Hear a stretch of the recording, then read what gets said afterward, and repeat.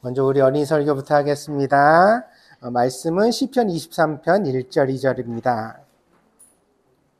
목사님이 하나님 말씀 봉독하겠습니다. 다윗의 시 여호와는 나의 목자시니 내게 부족함이 없으리로다. 그가 나를 푸른 풀밭에 누이시며 쉴만한 물가로 인도하시는도다. 우리 어린이들 한번 따라해 볼까요? 여호와는 나의 목자시니 내게 부족함이 없으리로다. 무슨 뜻인지 오늘 목사님이 한번 전해보겠습니다. 오늘은 특별히 양에 대해서 여러분에게 얘기를 전하려고 합니다. 양은 사람들에게 길들여서 아주 오랫동안 가축이 되어져 왔습니다. 성경적으로 보면요, 사람에게 가장 오래된 가축이 양이에요. 우리가 가축 그러면 소도 있고 돼지도 있고 닭도 있고 그렇잖아요. 그런 동물들을 키워서 우리가 먹기도 하고 또 같이 식구같이 살기도 하고 그러잖아요. 근데 성경에 보면 가장 오래된 가축이 양이에요. 어떻게 알 수 있냐면 아담의 아들이 아벨과 가인이 있었거든요. 근데 그때 아벨이 이 양을 키웠다는 이야기가 성경에 처음 등장해요. 그러니까 아담 때부터 이미 이 양은 사람들이 키웠던 그런 동물인 것을 우리가 성경에서 알 수가 있습니다.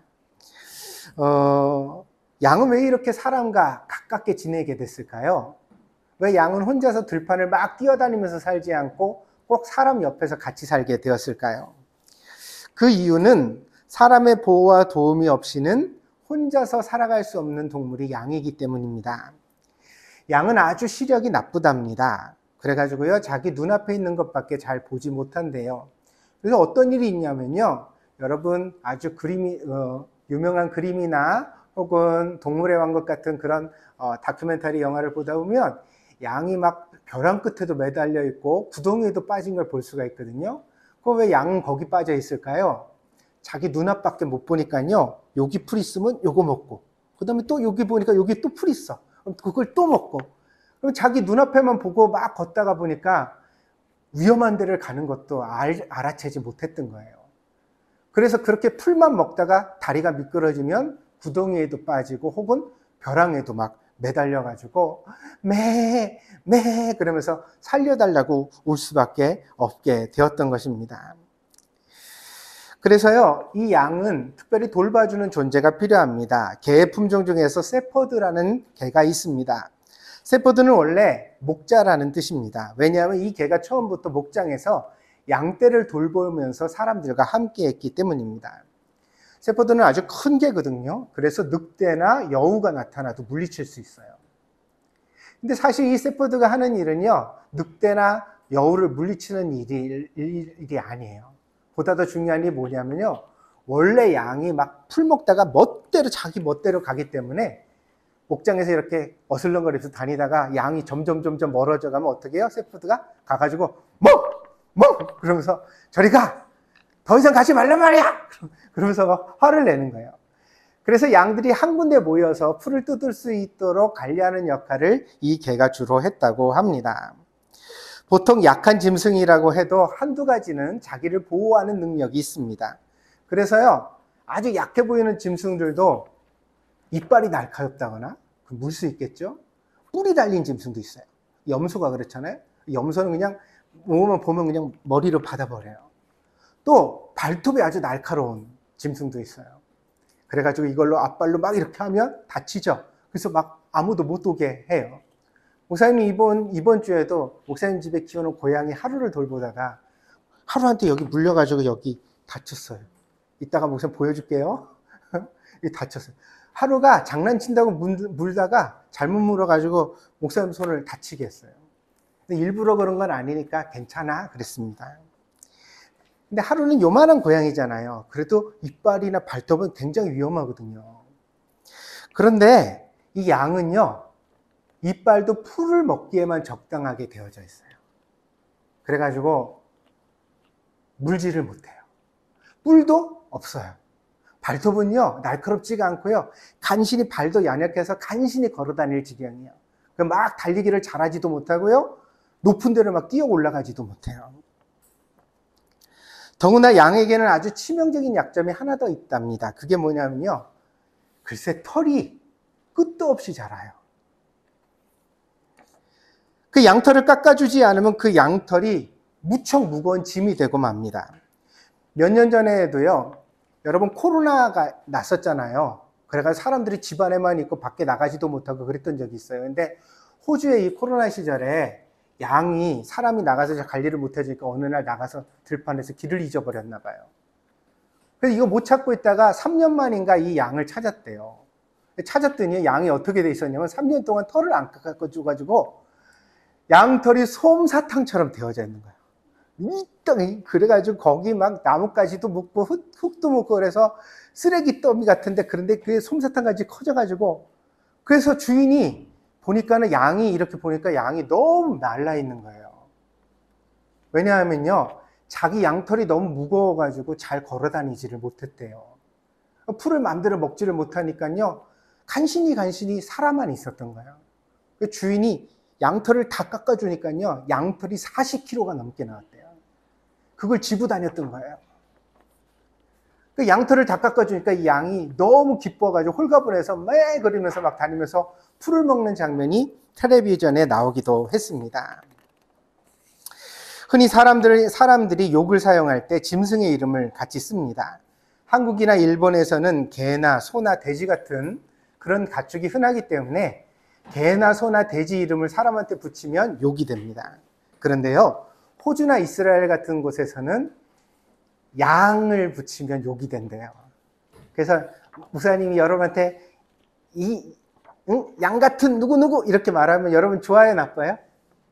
별로 안 나쁠 것 같잖아요. 그런데 호주나 이스라엘에서는 그게 욕이 된다는 거예요. 무슨 뜻이냐면 양 같은 녀석이라는 말은 세상에서 미련하고 게으르며 어리석다는 뜻을 가졌답니다. 다윗은 이스라엘의 왕입니다. 하지만 처음에는 다윗이 목자였습니다. 양을 키웠어요. 양을 돌보았기 때문에 양에 대하여 잘 알고 있었습니다. 그러다가 목자였던 다윗이 하나님의 은총을 받아서 이스라엘의 왕이 되었습니다. 왕이 된 이후에 다윗은 하나님께 찬양의 노래를 많이 지었는데 그 노래들이 시편입니다. 우리가 오늘 이 시편을 글로 읽지만 사실은 원래는 악기랑 목소리로 연주했던 노래예요. 시편은 노래라는 것을 우리가 알 수 있습니다. 그런데 다윗은 이 시편 23편에서 하나님은 나의 목자이십니다, 이렇게 고백을 했습니다. 이 말을 뒤집어 생각하면 하나님 앞에서 나는 어리석은 양과 같습니다 라는 고백이 됩니다. 그렇습니다. 다윗은 하나님 앞에 그렇게 노래한 거예요. 하나님 없이는 나는 살아갈 수가 없어요. 하나님은 나를 지켜주셔야 합니다. 하나님 없이 나에게는 평화와 기쁨이 없습니다. 그렇게 노래했던 것입니다. 목사님이요, 예전에 마트에 가서 어떤 아이를 본 적이 있는데요. 장난감을, 자기가 좋아하는 장난감을 꺼내다가 마트에 이렇게 선반에 잔뜩 장난감들 있잖아요. 근데 아이들이 그런 실수를 많이 하죠. 자기 것만 꺼내려고 막 이렇게 키가 안 닿네 이렇게 하다가 옆에 걸 떨어뜨렸어요. 와장창 그러면서 몇 개가 떨어졌어요. 그래가지고 옆에 있던 엄마가 놀래가지고 어이구 이게 망가지지 않았나 이렇게 보니까 당연히 가게 쌓여서 망가지진 않은 것 같아요. 그래서 엄마가 그걸 집어가지고 이렇게 옆에다가 다 놔주려고 그러는데 이 녀석이 옆에서 땡깡을 놓기 시작한 거예요. 아니야, 내가 할 거야. 내가 할 수 있어. 엄마 저리 가. 나 이거 보려고 그랬단 말이야. 막 그러면서 팔을 후저면서 엄마를 밀어내는 거예요. 근데 그 다음 장면이 되게 재밌었어요. 왜냐하면 얘가 선반에다 얹어놓으면 또 떨어지고, 왜? 똑바로 키가 작아서 얹지를 못해요. 대충 이렇게 얹은 것 같이 했다가 이렇게 손을 띄면 떨어지는 거예요. 얹었다가 떨어지고 얹었다가 떨어지고. 그런데도 불구하고 계속 이 아이는 고집을 피우고 있었어요. 어떻게 해요? 자기가 한다고요. 근데 어렸을 때 우리가 이런 고집을 많이 피우게 되는 것 같아요.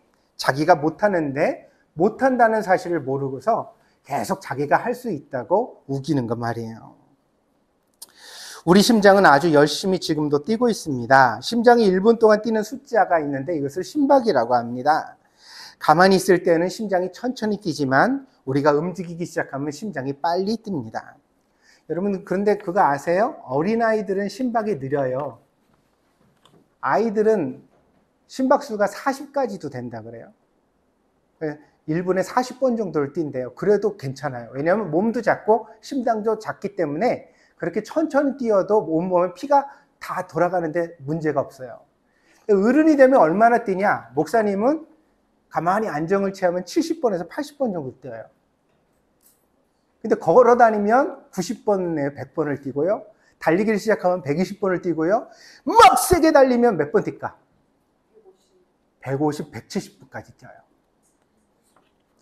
심장이 그렇게 막 달리는 거예요. 그러다가 달리기를 멈추면 또 심장이 천천히 뛰기 시작해서 나중에는 어떻게? 또 70번, 80번으로 돌아오는 거예요. 잠시라도 이 심장이 뛰지 않으면 우리는 살아갈 수가 없습니다.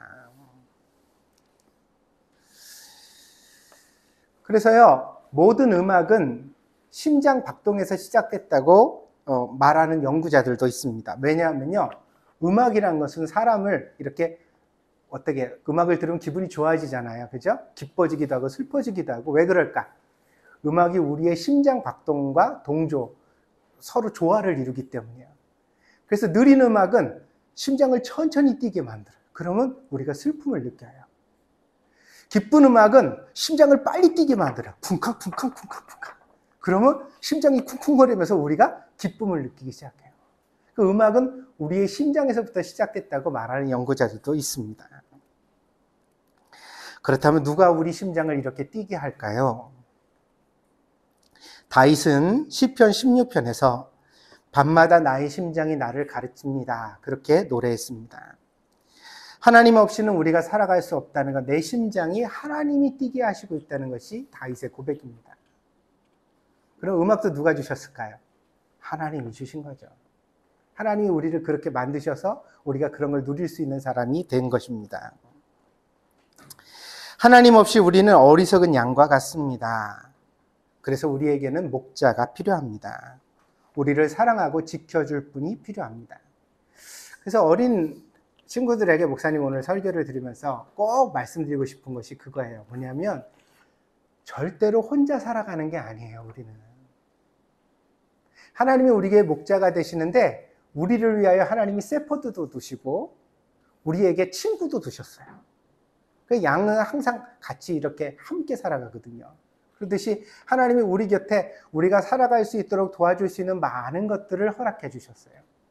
그걸 우리가 깨닫고 감사하고 함께 누리면서 살아가는 존재가 되어야 합니다. 근데 사람이 안 건강할 때는 언제인 것 같아요? 어떤 친구도 이런 친구도 있죠. 유치원에 갔는데 막 화내는 친구들 괜히.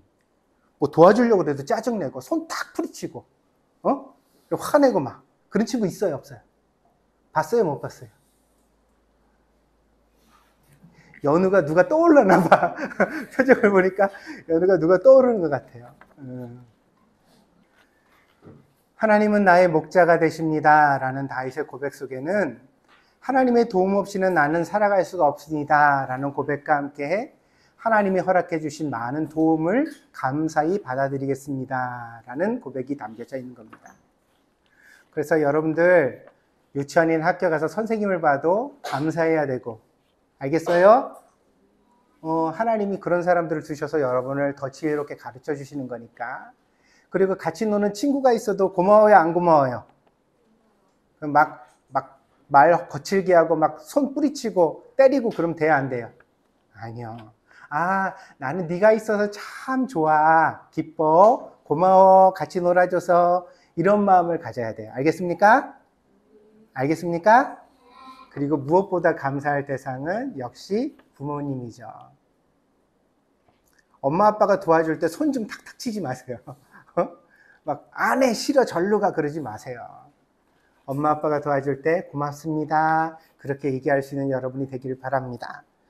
그러면 여러분들이 더 훌륭한 사람으로 자라갈 것이고 하나님께서 여러분에게 은혜를 더해 주실 줄 믿습니다.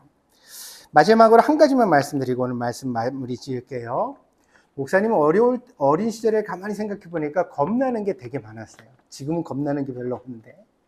그래서 우리 집에서 무서운 일이 생기면 다 목사님만 찾거든요. 목사님 어디 있어요? 이렇게 찾는데 근데 옛날에는 되게 무서웠어요. 특별히 옛날에는 골목에 불이 안 켜진 데가 많았거든요. 거길 지나가려고 그러면 누가 뛰쳐나올 것 같고 나를 잡을 것 같고 막 특히 여러분 귀신 믿어요? 안 믿어요? 그런 거 나올까 봐 나 얼마나 무서웠는지 몰라. 그래서 골목에서는 다리가 그냥 안 보이게 팍 뛰어서 막 집으로 뛰어갔던 기억이 어렸을 때 있어요. 여러분에게도 혹시 그런 두려움과 그런 걱정이 찾아올 때가 있을지 모르겠습니다. 그럴 때에는요, 오늘 목사님이 좋은 방법을 가르쳐 줄게요. 오늘 시편 23편 다윗의 노래를 기억하고 여러분이 마음속에 조용히 암송해 보기를 바랍니다. 하나님은 나의 목자가 되십니다. 나에게 부족함이 없습니다. 하나님은 나를 푸른 풀밭과 쉴만한 물가로 인도해 가십니다. 그렇게 여러분이 이 시편 23편을 마음속에다 조용히 암송할 수 있게 되어지면 하나님께서 여러분에게 용기를 주시고 모든 두려움을 이겨낼 수 있도록 인도해 가실 줄 믿습니다. 알겠습니까? 왜요? 하나님이 목자가 되셔서 여러분을 지켜주시기 때문입니다. 여러분 모두에게 늘 기쁨과 평화가 있기를 바랍니다. 기도하겠습니다.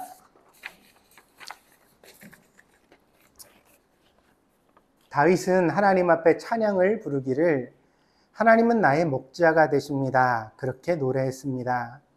다윗은 자기 자신이 하나님 앞에 어리석은 양과 같다는 사실을 기억했습니다. 하나님, 우리는 아직 어립니다. 그래서 못하는 것이 참 많습니다.